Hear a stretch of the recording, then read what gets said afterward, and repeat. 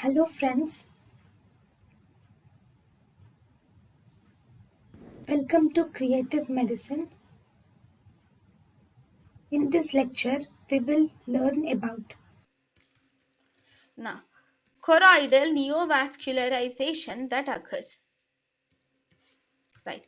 In choroidal neovascularization is here there is proliferation of fibrovascular tissue occurs from the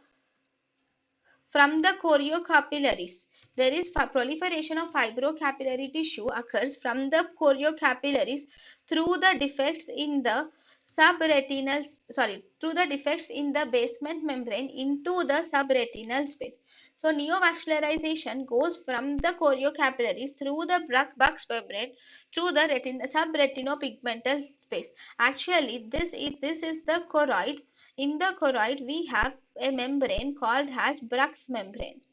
Okay, over this we have the retinal pigment epithelium. So if there is any defect in this area, so the fibrovascular tissue will start proliferating into the subretinal space like this.